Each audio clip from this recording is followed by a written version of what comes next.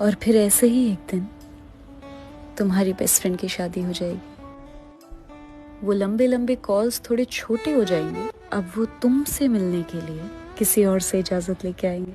किसी कैफे पे बैठकर बेफिक्र लंबी बातें अब थोड़ी छोटी और घड़ी अब थोड़ी ज्यादा देखी जाएगी। तुम्हारी रैंडम रिक्शा राइड्स अब तुम अकेले ही कर रहे होगे। उसकी शादी का लहंगा बनाने की जितनी खुशी थी, वो जाते वक्त बोलेगी अरे मिलते रहेंगे, पर तुम्हें पता होगा कि शायद अब उतना नहीं मिल पाएंगे।